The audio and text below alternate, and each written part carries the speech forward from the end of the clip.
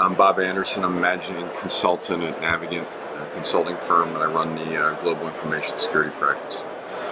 Okay, so we are here at Black Hat Europe 2016, and my main question for you is that what do you think the ecosystem of a growing city towards electronic things like the smart city, the smart grid and all that stuff, what is happening in the market today? What can be done to mitigate any issue? My feeling is that today all smart cities are built up based on different contracts, different bids, different things, different stuff at a different time. And then you put all things together with interfaces. So I see a lot of breach points. What do you think about that, and how do you think it can be mitigated? I'm not thinking solved, of course, but mitigated. Yeah, I think a lot of that all equals risk. So what you just described, when bad guys are trying to infiltrate or hack into anything that's smart, smartphones, smart cities, smart grid, smart electrical grids, anything that there's a gap between how they're constructed, how they're maintained, how that they're constantly upgraded, allows them the ability to try to enter into that system. And in any of that, the world's becoming more and more automated buses, automated monorails and trains. I think as a culture, we need to start looking at, we look very quickly at how advanced our technology can become for transportation and clean water. But I think also what we need to look at, quite frankly, is the ability to make sure that they're protected. Because if we don't, theoretically, people with the right experience and the right tools could potentially hack into those smart appliances or grids and either bring them to a halt or change the way that they operate. And I think 10 years ago, even 5 years ago, that's not a reality. Nowadays, I think that's a potential reality. Where do you think are the most weak areas, the weakest points to? I think the larger the system, the larger of amount of data and access points to run a certain system. So I'm just going to give you an example. Like if you had a countrywide electrical grid tied together with multiple different types of IT systems, you had a countrywide monorail system or train system. The larger these systems are and the more access points you have to the systems, the more risk in that. And the reason I say that is, with any system, the larger it is, the more patches, the more vulnerabilities that could potentially crop up. And just because you have a system that's modern today doesn't mean that we don't have to upgrade it almost every year to keep up with technology. So every time that happens, if you're not looking at it in an information security manner, you're opening yourself up to risk. Let's talk about people. What do you think the role of people is today in general in security and more specifically in the public sector? So my feeling is that there is a lack of culture. If you agree, which levels do you think should be tackled and what we can do to upgrade or at least to put this culture to a good level? Yeah, I think there's a huge curve here with education, right? I think there's a gap in some age groups understanding exactly how complicated this is. And a lot of leadership, whether it's in private sector companies or government, I think really need to make it part of their job nowadays to understand the threats. They don't need to be experts in the area. They can hire people that are experts and understand it very well. But they at least need to understand the potential risk and threat to whatever they're running, operating, whether it's a government, whether it's a private sector company. Because nowadays that is just as important as going to market strategies on products or governing a town or a city or a country.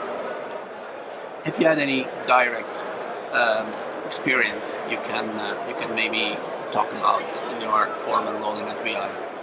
Yeah, I mean, what I can talk about is we took that all very serious in America. I mean, that's one thing that we looked at constantly. We tried to integrate the government and the intelligence community with the private sector. I think that's an absolute must nowadays because 15 or 20 years ago, all the secrets were in the government, right? Nowadays, the secrets are in the universities and in private sector business because they're thinking of it and developing it and building it. And because of the global economy and obviously businesses throughout the world competing in the same market space, that's where a lot of the bad guys go nowadays to try to obtain that information. So I think that public-private sector partnership is extremely important. Okay. So, do you have any idea or anything you think in terms of the difference between the U.S. as the ecosystem and what is Europe as the ecosystem? Because my feeling is that what is used in the U.S. bad and good.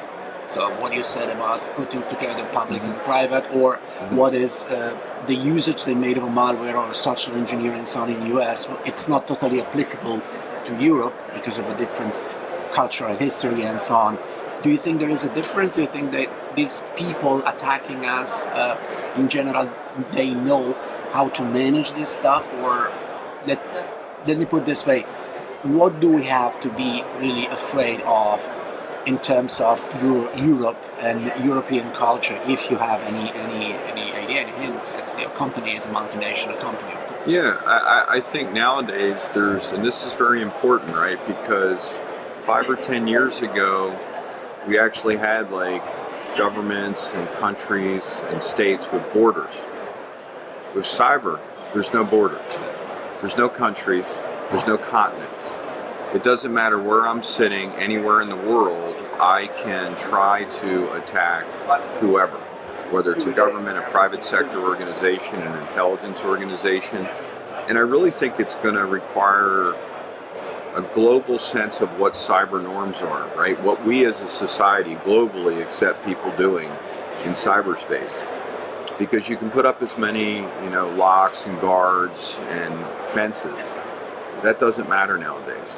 With cyber crime and cyber individuals trying to attack different entities, you have to look at it as a global problem. The attack, pick an attack that happened in the United States, it could just as easily happen in Europe or Poland or South Africa, and nowadays it can happen simultaneously in all those different places. So I think we need to look at it as a global issue, and there needs to really be kind of a global awareness of what the problem is. Okay. Do you have something like 5 bullet points or 5 suggestions you can give to a public administration to protect themselves, or to at least be aware of what happens and then protect themselves? Yeah, so the first thing, as I said before, and I would highly rank these this way, I think education is a must, right? So people that are in charge of whatever, they need to be aware of the current modern day threats and what really and can and cannot happen inside of smart grids and smart appliances and smart overall control of items, because that's going to be the first thing that's going to drive the ability to look at it holistically. So you need education. The second couple things I would highly recommend, as I've just said, you really need a partnership within government and private sector entities. And I'll say one thing further. When I say private sector entities, it's not just businesses, it's universities, it's levels of areas where they think of what's the next best thing, whether it's a smart grid or smart electric or an electric airplane or an electric car. We really need to be thinking about that way in advance. And the reason I say that, and this is for the last couple of reasons, because if you're not, the bad guy is. The bad guy's been thinking about that for years. So we are already, I think, in my mind, behind. And we have to kind of get our governments and our sectors to start thinking proactively, way out in front of where a potential threat could be. So finally, do you think, what is the future? What is the evolution of this kind of crime? You had a lot of experience in the past year. Mm-hmm. You started, if I understand correctly from yesterday, you started with the pure kind of analysis and crime, and mm-hmm. then evolved to cyber crime. Mm-hmm. So my feeling is that today states in general, even if we have no borders, I totally agree, they are not ready to fight this kind of cybercrime. So I mean, if I try to kidnap someone, I'll be immediately arrested. Yeah, sure. If I kidnap your laptop, nothing happens. Yeah. So what do you think is going on? How can we? Let's go on the real public sector only. Yeah, sure. What can be done, and what is going to be done? If you can talk about it. No, I can, and I think you bring up a good point, because in most countries and in most organizations, we're so far behind where the technology has brought us. Your analogy of somebody kidnapping somebody is right on. And I think if you would go back to most governments and most companies, their policies and procedures aren't even written for the capability of the equipment that we all possess in our house nowadays with cyber, or even on our cellular phones. So I think there needs to be a very proactive initiative where we look at the current threat to governments and to companies with current technology in the world. If you go back and look at that, and I dealt with this a lot in my last job, where you were investigating things that, according to the laws, I'll give you a perfect example, virtual currency, right? A few years ago, there was no such thing as virtual currency, right? If you were laundering money, or if I needed to seize money, I seized real money. It's not real money now, it's virtual. So laws and the way we do things have got to catch up with how quickly technology is moving nowadays. Do you think it will happen at the global level, or because yesterday you talked pretty much about some specific countries doing specific things? What do you think about that? There will be a new world split. Yeah, so it would be that, you know, at the very beginning we had Russia was the big enemy, US was the other enemy, depending on which side you're looking for. Okay. Today I see different structure, different ecosystem that can potentially create a new war or a new attack. This is my main concern regarding the cities. Because a good way to start a war is to attack a city. You do it with tank, long time ago. Now you can do it electronically. What do you think is the ecosystem in terms of different countries? And what will I think it's going to be hard. I think we need to do it, but I think as a global culture, I think that it's going to be extremely hard. Some countries don't think like you or I think, right? Other countries do.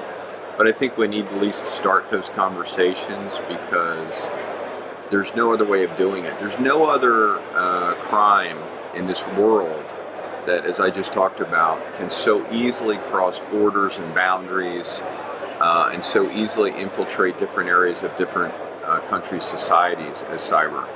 There's just no other way of doing it. And I think we're going to need to have those discussions, but I think it's going to be hard, and I don't think it's going to happen overnight. Yeah, it's a good scenario, I guess. So very last one.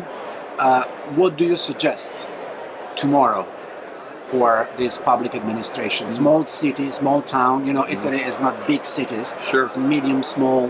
What do you suggest they can do, considering that we always have money problem? Budget problem.